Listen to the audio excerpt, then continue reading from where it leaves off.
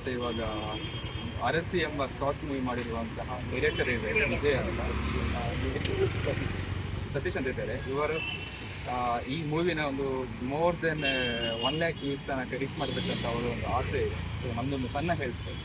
So national ಕಾನ್ಸೆಪ್ಟಿಗೆ national concept compete ಮಾಡಬೇಕಂತ ಇವರು ಅಂದ್ಕೊಂಡಿದ್ದಾರೆ. ಸೊ ಆ ಕನಸನ್ನು ನನಸು ಮಾಡುವ ಟ್ರೈಲರ್ ಇದು